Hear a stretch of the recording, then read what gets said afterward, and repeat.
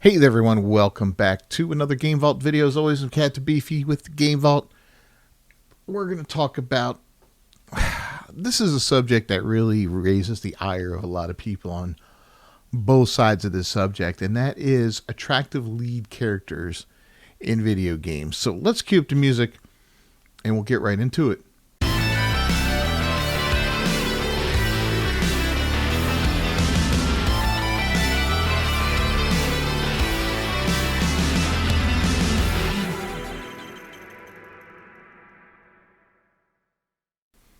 Alright, so gamers overwhelmingly vote for attractive lead characters in new CI games polls, but is the AAA gaming industry listening? Now, we've talked about this a lot. We've seen it on X quite a bit. Grums is a big proponent of this, and Smash JT talks about it a lot, Hypnotic, myself. We're getting tired of ugly characters in video games. It gets old, you know. And when I say ugly, I mean uglified characters.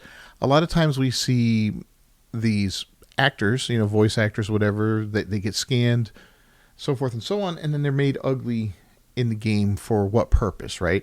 We talk about the quote-unquote mansion, and people are like, there's no such thing, no gaslight and all that. But as you look through these different, you know, pictures, you'll notice this wider chin on these females and all that. And a lot of people hypothesize that it's to appease the trans audience, that, you know, trans men who have a very loud voice in the video game industry for some reason, trans men or women or whatever, I don't know however you want to refer to them. I honestly don't care. That whole thing is just, I'm over it, you know, but, you know, they want to they want to be seen, you know, they want to be represented and all that.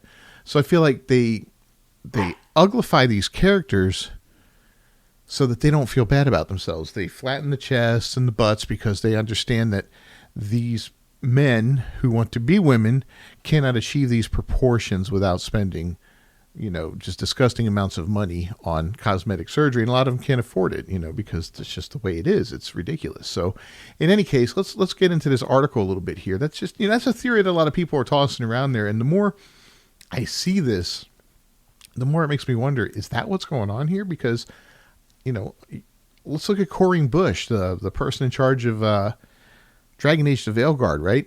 That's a dude that's pretending to be a woman, and we saw the character creator on there. There was like no opportunity to make, you know, and it's not about, you know, oh, you just want to be able to rub one off to the character. It's not, you know, there's porn. No. That's not what it is. So don't get it twisted. Don't get it wrong. That's just a stupid argument right there.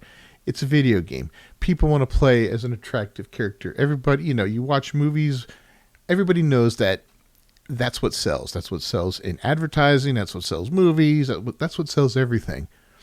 If we want to be, you know, if we want to see ugly, we'll go to TikTok and look at you lefties, okay? We don't want to see it in our video games too. So, you know, let's get it out of there. Anyway, Marek Tymiński of CI Games has sparked yet another debate in the gaming world, this time taking aim at what many are calling the uglification of gaming characters in AAA titles with a new poll.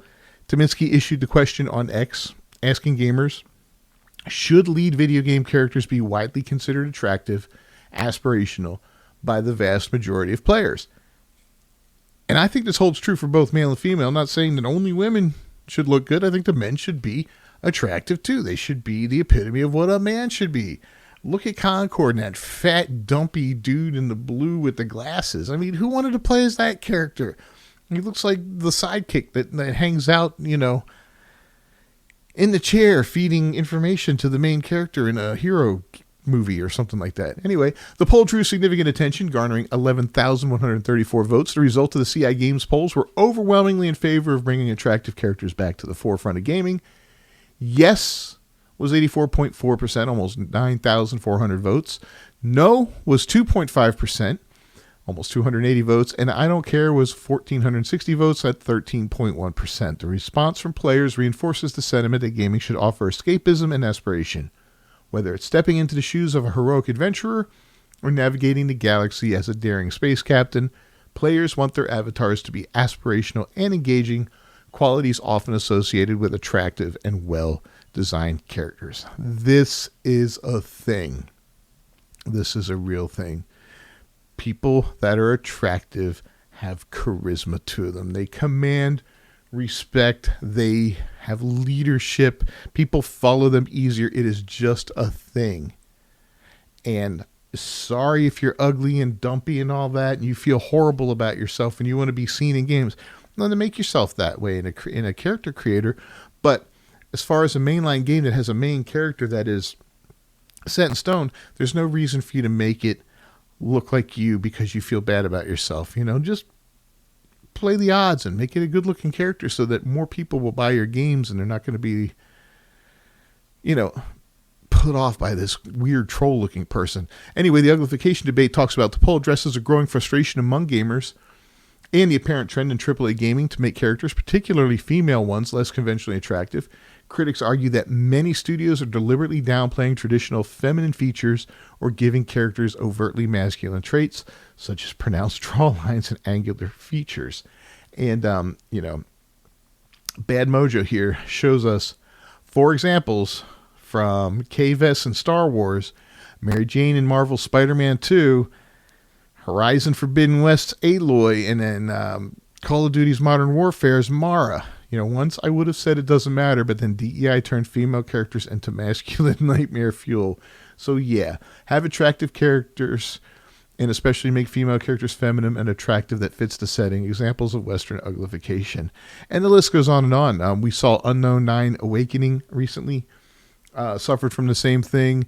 We see the upcoming Fable, the abomination they released in that trailer was just absolutely horrible.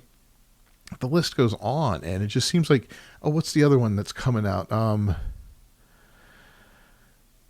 There's another one coming out for Xbox. I forget, but it seems to be this thing that just keeps happening. And it's absolutely insane, and there's no reason for it. And it's that square jaw, those angular features, that man face, and it's really gross.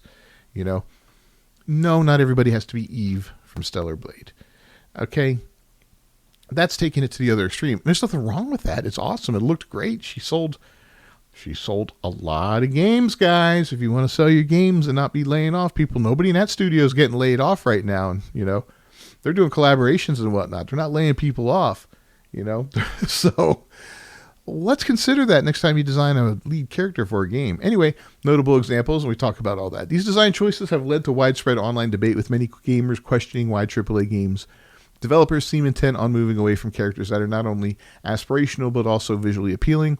While advocates for these changes often frame them as a push for realism or inclusivity, the poll results suggest that a vast majority of players prefer the escapism and fantasy that attractive characters bring to games. Gaming at its core is a hobby rooted in escapism. It allows players to step outside their reality and immerse themselves in a new world, often as someone they aspire to be. So, and it's weird, like there's been a push lately for games, right? So there's so many, we go to a movie to watch a movie, something exciting, something different, something that takes us out of our comfort zone. And, we identify with the hero of that movie, whether it's an action movie, sci-fi, adventure, for those 2 hours, we are Han Solo, we are Harry Potter, we're whoever it is in that movie.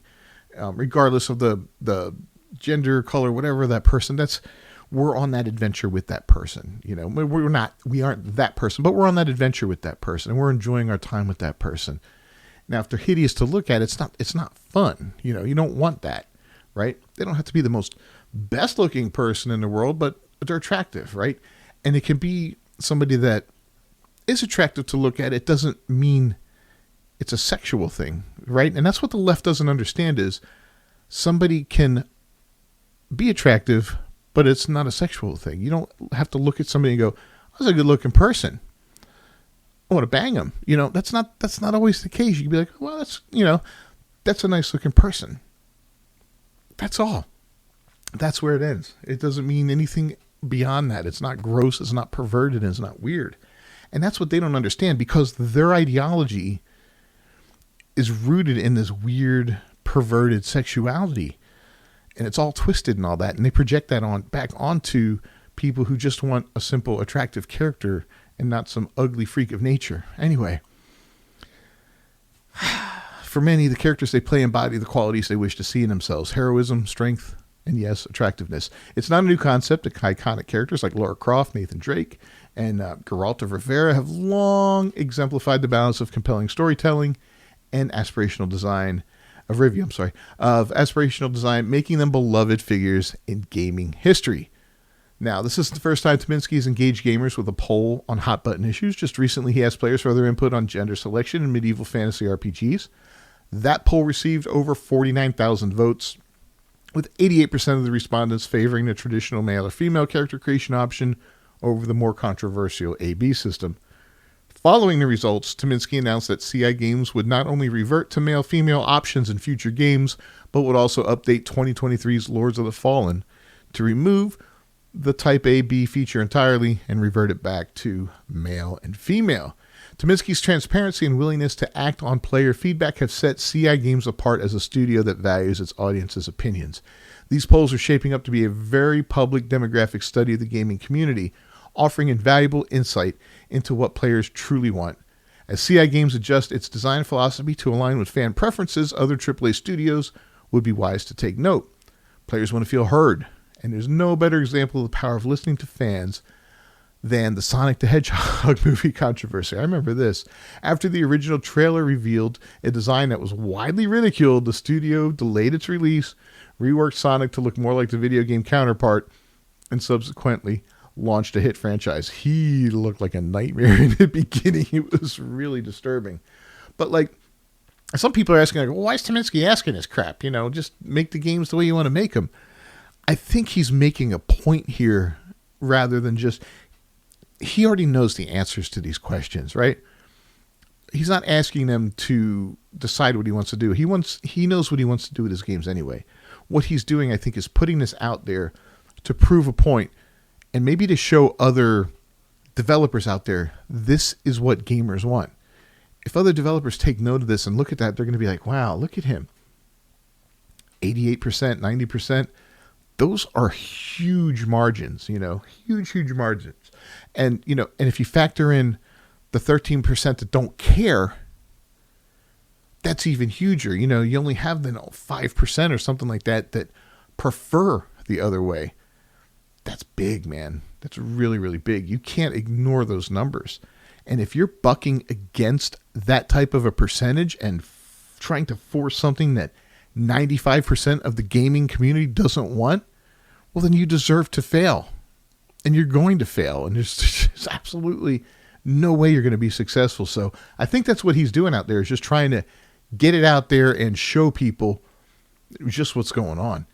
Anyway, CI Games seems to be following a similar path by engaging directly with their audience, pledging to implement changes based on feedback and prioritizing player satisfaction. Tyminski's approach not only boosts goodwill among gamers, but also positions CI Games for future success.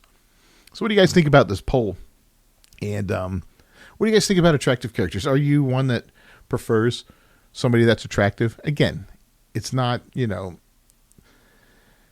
it's not a sexual thing. It's just when you log in and you want to play a character, do you want Lara Croft or do you want, Chunk from Goonies or whatever his name was? I mean, talk to me, man.